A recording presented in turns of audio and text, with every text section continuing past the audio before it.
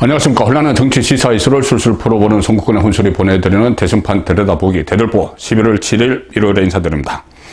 자, 오늘 윤석열 국민의힘 후보, 홍준표, 유승민, 원희룡 경선에 참여했던 세 후보를 향해서 러브콜을 다시 보냈습니다. 우리 모두 정권 교체를 위한 깐부다. 깐부. 오징어 게임에 나온 그 이야기죠. 같은 동료다. 이렇게 이야기하면서 원팀 선대위에 참여해달라는 메시지를 보냈는데 특히 일반 국민 여론조사에서 압도적으로 앞섰지만 후보가 되지 못했죠. 홍준표 후보에 대해서 홍준표 선배님의 짧은 메시지는 그때 당시 경선 성복 그 메시지입니다. 짧은 메시지는 제 가슴을 뭉클하게 했다. 저희 수락연설보다 빛났다. 이렇게 하면서 홍준표 후보가 이 캠프에 좀 참여해달라는 이런 간곡한 메시지를 내놨습니다. 자, 그런데 그 직후에 홍준표 후보가 이것을 아예 거절을 해버리는 그런 글을 SNS에 오늘 올렸습니다. 상당히 이 윤석열 후보 입장에서는 어떻게 보면 큰 걸림돌이 생기는 그런 상황이 될 수도 있습니다. 이렇게 이야기했습니다. 홍준표 후보가 이 사상 최초로 검찰이 주도하는 비리 의혹 대선에는 참여할 생각이 없다. 이렇게 이야기했습니다. 비리 의혹 대선 참여할 생각이 없다. 그리고 이것은 이재명 민주당 후보의 대장동 의혹 사건에 대한 검찰 수사, 이것도 겨냥을 한 것이기는 하지만은 실제적으로는 오늘 상황에서 이야기를 했다는 것은 윤석열 후보를 겨냥을 했다고 봐야 되겠죠. 윤석열 후보가 지금 고발 사주 의혹 이런데 또 검찰 수사를 받고 있고 공수처에서 대대적으로 수사를 벌이고 있습니다. 그리고 부인 김건희 씨, 이 도이치모터스 주가 조작 의혹 연루 사건, 여기에 윤석열 후보의 장모 김건희 씨의 모친도 연루 의혹이 다시 나오고 있습니다. 자, 이런 상황에서 내가 이런 대선판, 검찰이 주도하는 비리 의혹 대선판에는 참여할 생각이 없다. 이렇게 이야기하는 것은 대선 전체 불참 선언이기도 하고 윤석열 선대위 불참 선언이기도 합니다. 동시에 윤석열 선대위에 가지 않겠다는 이야기죠. 그리고 어제 이 평당원으로 백의 종군하겠다. 이렇게 밝힌 것도 결국은 선대위에 불참하겠다는 이런 메시지입니다. 자, 이 선대위 불참 메시지, 대선 불참 메시지, 홍준표의 불참 메시지가 이렇게 나오면은 실질적으로 상당한 윤석열 후보에게 악영향을 미칠 수밖에 없습니다. 왜 그러냐면은 홍준표 후보를 찍었던 민심에서는 월등히 앞섰죠.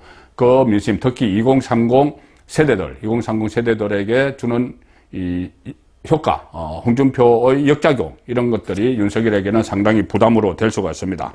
홍준표가 이런 말을 이야기한 것은 어느 정도 예측이 되어 있었습니다. 왜 그러냐면은, 첫날에, 경선 당일에는, 깨끗이 경선에 성공하겠다, 경선 결과 성공하겠다고 했지만, 그날 저녁부터 좀 개운찮은 뒷맛을 남기는 메시지들이 홍준표 후보에게서 나왔죠.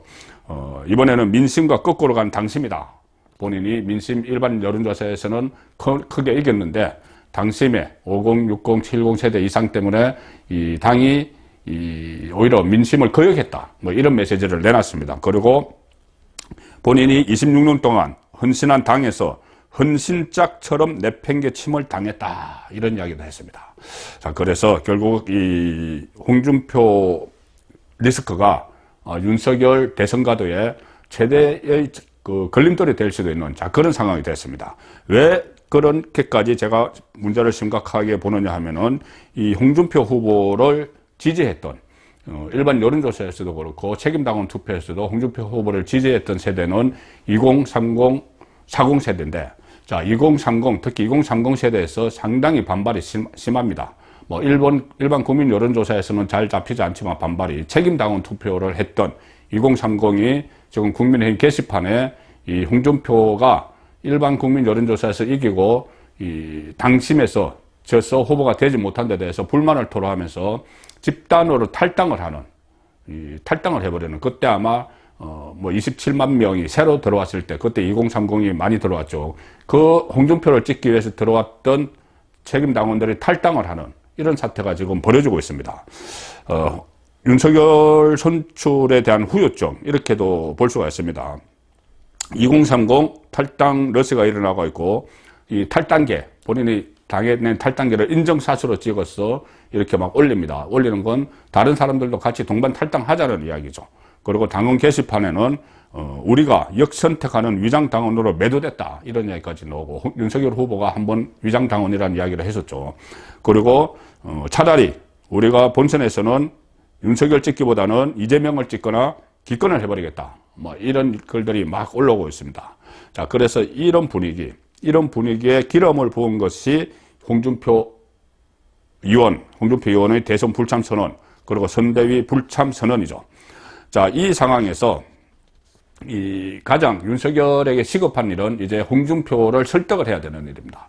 설득을 해서 당의 뭐 고문으로 모시던 선대위원장으로, 총괄 선대위원장으로 모시던 그냥 공동선대위원장은 안 되죠. 공동선대위원장은 민주당 이재명만 봐도 12명이 있는데 그 공동선대위원장은 여러 사람이 맞습니다. 그런데 거기 공동선대위원장은 안 되고 총괄 선대위원장으로 홍준표를 모시든지 해서 이 2030 자공표를 확보를 해야 됩니다. 지금 일반 국민 여론조사에서 윤석열 후보가 그때 야권 후보 적합도 조사에서 받은 2030 자공표를 보면 무슨 20에서는 3%, 30에서는 9%, 40에서는 8%. 그래서 그 홍준표 후보가 398 후보라고 야유를 보내기도 하는 그런 상황이었기 때문에 홍준표 후보를 붙잡아야 되는데 지금 상황이 그렇지 않습니다. 홍준표가 달아나고 있는데 완전히 이번에는 나는 빠지겠다고 벗어나고 있는데 윤석열 후보가 모셔서 총괄선대위원장이라도 시켜야 되는데 총괄선대위원장은 딱 입도선매가 되어 있습니다. 그것도 홍준표와 아주 천적인 김종인으로 이준석이 입도선매를 해놨죠.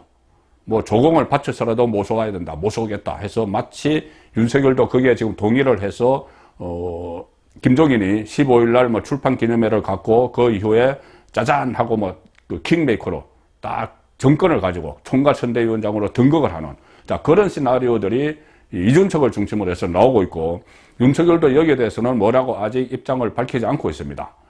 많은 도움을 주셨다 이런 이야기를 하는 것 가지고 언론에서는 총괄선대위원장을 기정사실화하는 이런 상황인데 이 김종인이 총괄선대위원장으로 오면은 홍준표는 도저히 같이 할 수가 없습니다.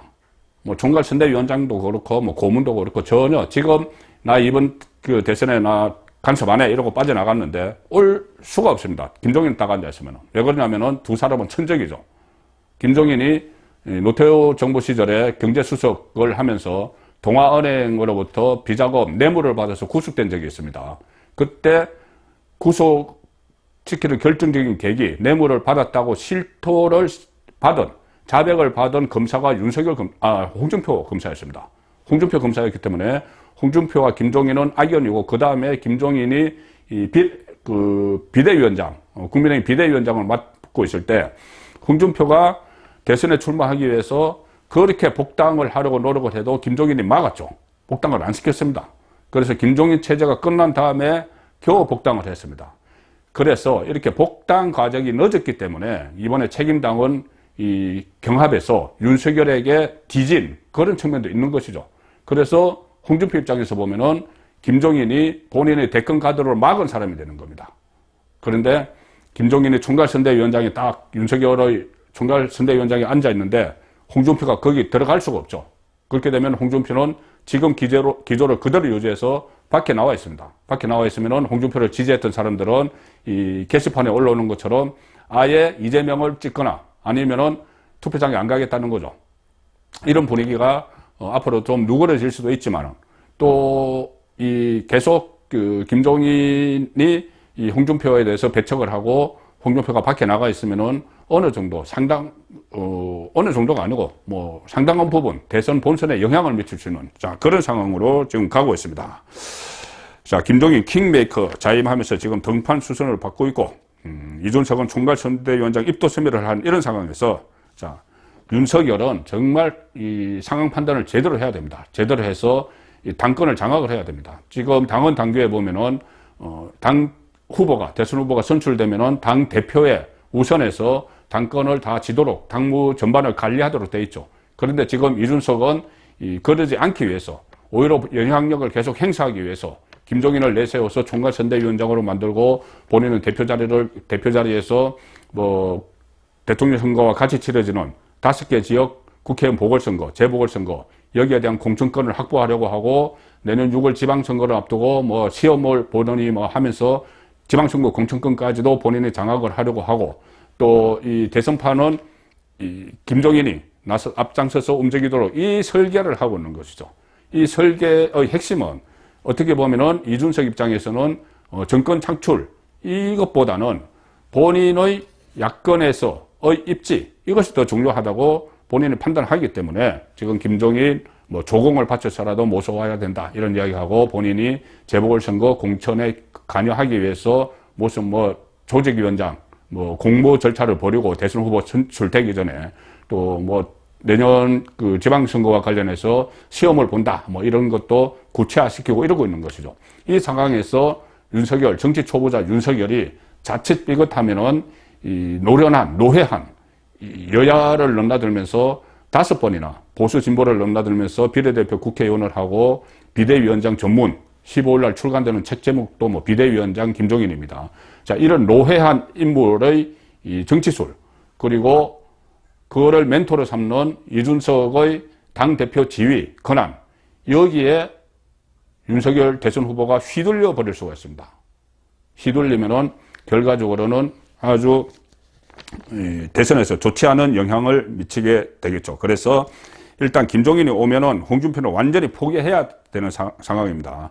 제가 말씀드린 두 사람의 앙숙 관계 때문에 그렇고, 그리고 또 김종인 리스크는 이것도 있습니다. 말씀드린 대로 뇌물 전가가 있고 보수 진보 그 비례대표 5선 비대위원장 전문 노회한 이미지 김종인이 이 윤석열의 선거를 총괄을 하게 되면은 지금 윤석열의 최대 지향점인 2030 세대가 감동을 하지 않겠죠.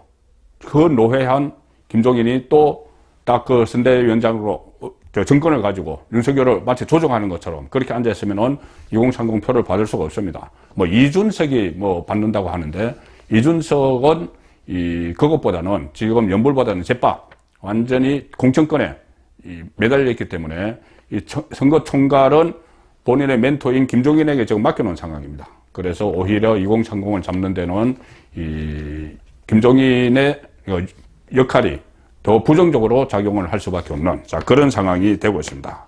그리고 그 윤석열은 사실 지금 기존 정치권에 때묻지 않은 대선 후보로서 국회의원도 한번 해보지 못하고 정치권에도 가보지 못한 어떤 그 새로움, 이것이 무기인데, 정권을 갖는 총괄선대위원장이 말씀드린 대로 그런 노회한 김종인이라면 뭐 마이너스 효과가 되지, 저는 플러스 효과가 될 건 전혀 없다고 봅니다.